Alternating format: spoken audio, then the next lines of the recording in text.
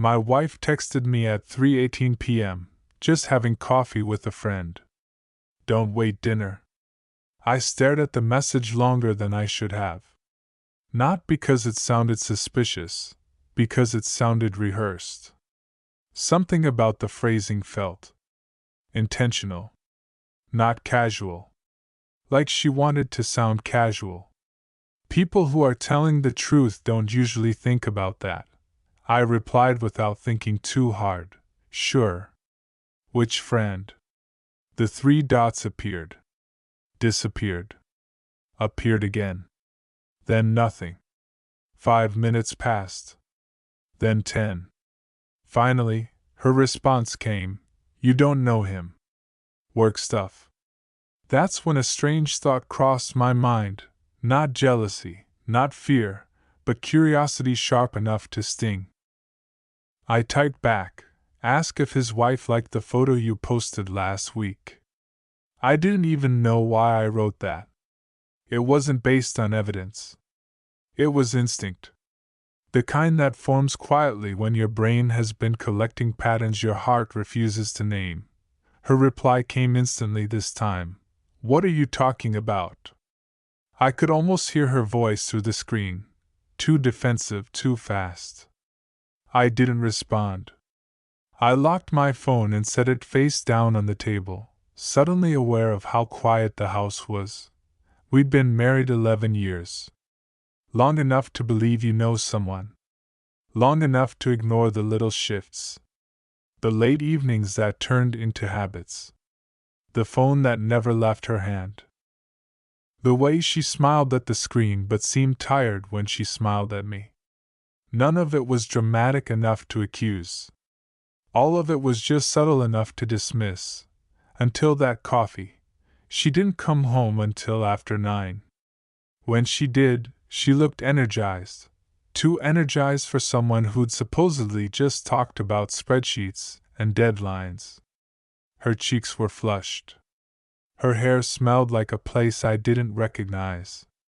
She kissed me on the cheek like nothing was wrong. Good coffee? I asked. She paused. Just a fraction of a second. Yeah. Long meeting. Meeting. Coffee. Friend. The words were interchangeable now, fluid, meaningless. I nodded and let it go. Or at least I let her think I did. That night, I lay awake next to her, listening to her breathe, replaying the text exchange in my head. The speed of her responses. The way she avoided specifics. The way my throwaway comment had rattled her. I wasn't angry yet. I was alert. And once you become alert in a marriage, things start revealing themselves whether you want them to or not. The next morning, she left her phone on the kitchen counter when she went to shower. That had never happened before. Ever. I stood there staring at it. Arguing with myself. Trust versus truth. Marriage versus reality. I hated that it even felt like a choice. The screen lit up. A notification preview slid across. Yesterday felt dangerous. We shouldn't be this comfortable. I didn't open the message. I didn't need to. That single sentence rewired something in my chest. Comfortable. Dangerous. Yesterday. Coffee didn't feel dangerous. Affairs did. I put the phone back exactly where it was and sat down, my hands trembling slightly, not from shock but from confirmation. The thing you sense but don't want to name finally introduces itself, and it's never as loud as you expect. It's quiet. Clinical. Almost polite. She came out of the bathroom humming. She noticed my expression and stopped. Everything okay? Yeah, I said. Just thinking. She watched me closely, calculating. I'd seen that look before, when our son lied about breaking something. When people measure how much you know. At work, I did something I never thought I'd do. I logged into our shared cloud account. I wasn't hunting for proof. I was checking if my reality still existed. What I found wasn't explicit. No nudes. No confessions. Just months of subtle intimacy archived in plain sight. Inside jokes. Emojis she didn't use with me anymore. Photos of lunches she'd said she skipped. A selfie in the car, smiling in a way she hadn't smiled at me in years, and then I saw his name, not a stranger. Not some anonymous coworker. A man I'd met. Twice. A friend from work who'd come to a barbecue last summer. A man whose wife I remembered vividly because she'd been pregnant at the time, laughing, glowing, trusting. That was when my earlier text hit me differently. Ask if his wife liked the photo you posted last week. I hadn't known how accurate I was. That evening, I tried something simple. Hey, I said casually, how's Mark? Her fork froze midair. What? Mark. From work. You guys still talking? She blinked. Once. Twice. Not really. Why? No reason. She watched me for the rest of dinner like I'd become something unpredictable. When she went to bed early, I stayed up. I found Mark's wife online. Her profile was public. Smiling family photos. Baby pictures. Anniversary posts. And then I noticed something else. Recent photos missing. Posts slowing down. Comments disabled. I didn't message her. Not yet. I wasn't ready to become the villain in someone else's story without knowing my own ending. 2 days later, my wife texted again. Coffee with a friend. Back soon. I replied with one line. Is his wife pregnant again, or did she finally find out? This time, there were no 3 dots. No confusion. No denial. Just silence. She came home an hour later, eyes red, face pale. We need to talk, she said, and that's when I realized something chilling. The coffee was never the betrayal. It was the test. And she had failed it long before I ever noticed. She stood in the doorway like someone waiting for a verdict. Not angry. Not defensive. Just scared. That alone told me everything I needed to know. Innocent people don't look like that when you say we need to talk. I didn't rush her. I didn't raise my voice. I didn't even accuse her. I just sat at the kitchen table and waited. Silence is terrifying when you're guilty. She finally sat across from me, hands clasped so tightly her knuckles went white. You're acting strange, she said. Did something happen? I looked at her and felt a strange calm. The kind you feel when the worst thing you imagined finally becomes real, and your brain stops panicking because it doesn't need to wonder anymore. I know about you and Mark, I said. Her face didn't crumple. She didn't gasp. She didn't ask, what do you mean? She just closed her eyes slowly, like someone accepting a long overdue consequence. It's not what you think, she whispered. I almost smiled. Almost. Because those words are universal. Every betrayed spouse hears them. Like a script handed out the moment someone crosses the line. Then tell me what I think, I said quietly. She opened her eyes. It didn't start like that. It never does. She told me it was stress. Long hours. Feeling invisible. Feeling unappreciated. All the familiar phrases people used to justify choices they knew were wrong when they made them. She said they talked. That he listened. That it felt harmless at first. Coffee. Lunch. Jokes. Complaints about work, then about life, then about marriage. When did you start lying to me? I asked. She hesitated. I don't know. Yes, you do. She swallowed. Before it became physical. That answer was more revealing than she realized. I nodded. So it became physical. She looked away. How long? A few months. A few months. That was longer than I expected. Long enough to plan. Long enough to compartmentalize. Long enough to come home and sleep next to me while carrying another life in her head. Does his wife know? I asked. No? Too fast. I leaned back. Does he know that I know? She shook her head. Please don't tell her. You don't understand. She just had a baby. There it was. Not guilt for me. Fear of consequences. Fear of disruption. Fear of being exposed as the villain in someone else's story.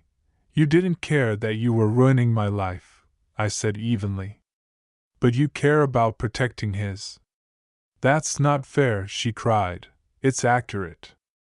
She reached for my hand. I pulled it away. That hurt her more than yelling ever could. I ended it, she said quickly. Before today. I swear. When? She paused. Last week. I stood up. You're lying. She looked shocked. I'm not. I picked up my phone and placed it on the table. Then explained this. I showed her the message preview I'd seen. The one about danger. Comfort. Yesterday. Her shoulders collapsed. She started crying hard then, not the controlled tears from before. These were desperate. I didn't know how, she sobbed. He wouldn't let it go. I stared at her. So you didn't end it. You attempted to. She didn't answer. That night, she slept in the guest room. Not because I demanded it, but because she didn't dare ask to stay. I lay in our bed, staring at the ceiling, replaying every memory from the last year. All the moments I'd dismissed. The instincts I'd buried. The version of myself that trusted without question. Around 2 a.m., my phone buzzed. A message from an unknown number. I think your wife told you. I'm sorry. I never meant for this to happen. Mark. I didn't respond. I didn't need to. The fact that he reached out at all told me one thing. He was afraid. Not remorseful. Afraid. The next morning, my wife looked smaller. Broken. What happens now? She asked. I took a breath. Now I stop protecting you. Her eyes widened. What does that mean? It means I'm done carrying the weight of your choices alone. I messaged Mark back with one sentence. Does your wife know about us? The typing indicator appeared immediately. Disappeared. Appeared again. Then his reply, please don't do this. That was the moment I knew the story was about to change. Because affairs thrive in darkness. And I had spent enough time in the dark already. I found his wife's number. I stared at it for a long time. My wife begged me not to call. She cried. She promised therapy. Promised transparency. Promised she'd do anything. But promises after betrayal are just fear in disguise. I pressed call. She answered on the third ring. Her voice was tired. Kind. Hello? I introduced myself. There was a pause.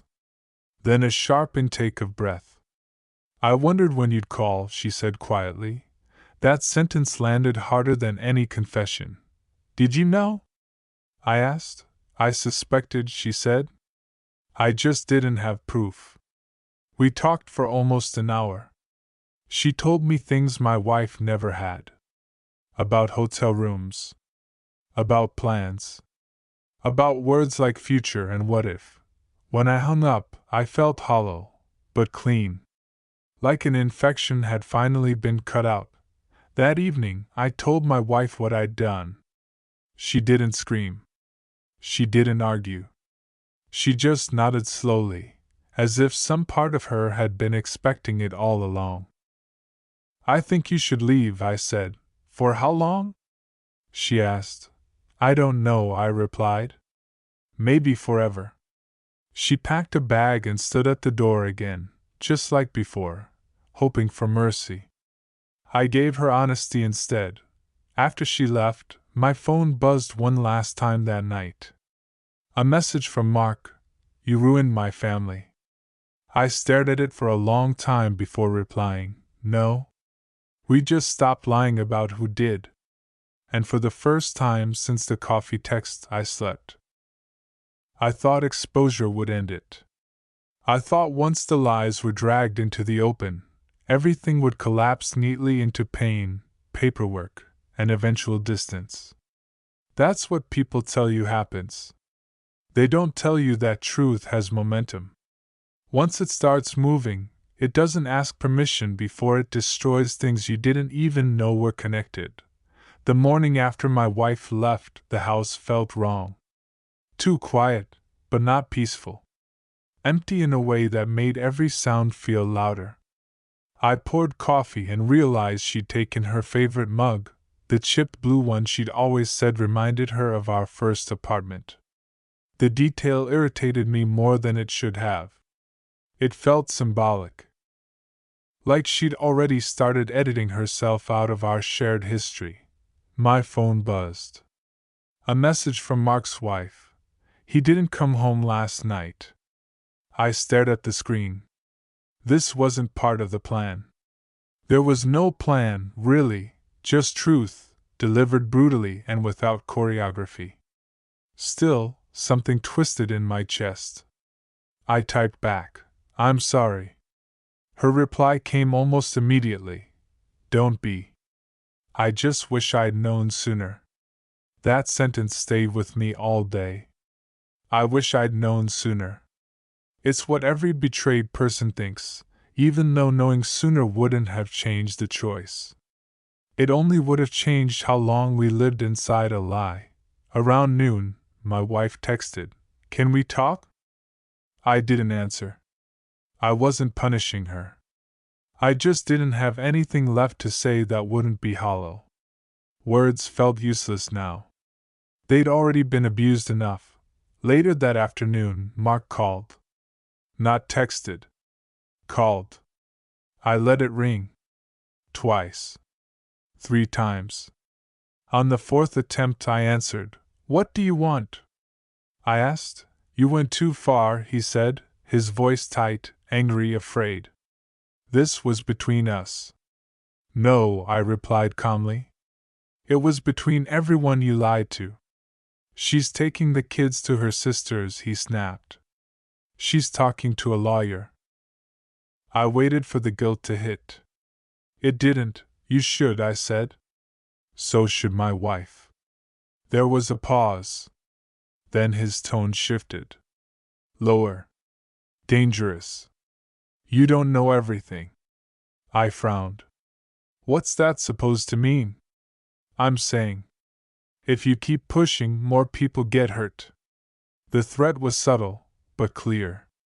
I ended the call without responding. My hands shook, not from fear, but from adrenaline. That was when I realized this wasn't just an affair. Affairs don't come with warnings like that. Secrets do. That evening, Mark's wife came over. We'd never spoken face to face before. She looked older than her photos. Exhausted. There was something hauntingly familiar in her eyes, like looking into a mirror that reflected a version of me a few weeks into the future. I needed to see someone who understands, she said quietly as she sat at my kitchen table. She told me things my wife never had. Not just about the affair, but about Mark. His manipulation. His temper. His habit of rewriting reality until you doubted your own memory. She said she'd found messages he'd deleted, backups he didn't know existed. Plans that went far beyond sneaking around. They talked about leaving, she said. About starting over. Somewhere else. I nodded. I wasn't surprised. They also talked about money, she added. That caught my attention. What kind of money? Joint accounts. Savings. Timing withdrawals so neither of us would notice. The room felt smaller. Colder. That night, after she left, I logged into our finances. Something I hadn't done in months. At first glance, everything looked normal. But then I noticed patterns. Small amounts. Consistent. Just under thresholds that trigger alerts. Transfers explained away as work expenses or temporary loans. My wife hadn't just cheated on me emotionally or physically. She'd been preparing. Planning an exit while still sleeping in my bed. I confronted her the next day. Not emotionally. Practically. Where did the money go? I asked. Her silence was immediate. Deafening. You didn't just betray me, I continued. You were planning to disappear. She broke then. Fully. I didn't know if you'd survive it, she said through sobs. I didn't know if you'd fall apart. I stared at her. So you decided to push me off a cliff and steal my parachute. She had no answer. What followed wasn't dramatic. No shouting. No slammed doors. Just a slow, painful inventory of everything that had been fake for longer than I wanted to admit. Every time she'd reassured me. Every time she'd said we're fine. Every time I'd believed her because believing was easier than asking questions. A week later, Mark was fired. Workplace investigations have a way of surfacing when personal lives implode. His wife filed for divorce. Mine moved in with her sister. Lawyers entered the picture. Friends picked sides, mostly without asking questions. I stopped correcting them. I didn't need an audience. One night, alone again in the house, I scrolled back to that first text. Just having coffee with a friend. It was almost funny now. How small it seemed compared to what followed. But that's how it always starts. Not with passion. Not with sex. With something designed to sound harmless. Something meant to test how much you'll accept without questioning. People ask me now if I regret replying the way I did. If I wish I'd ignored it. Let it slide. Pretended. No, because that coffee wasn't the betrayal. It was the moment she assumed I was blind, and once someone believes you won't see the truth, they stop trying to hide it.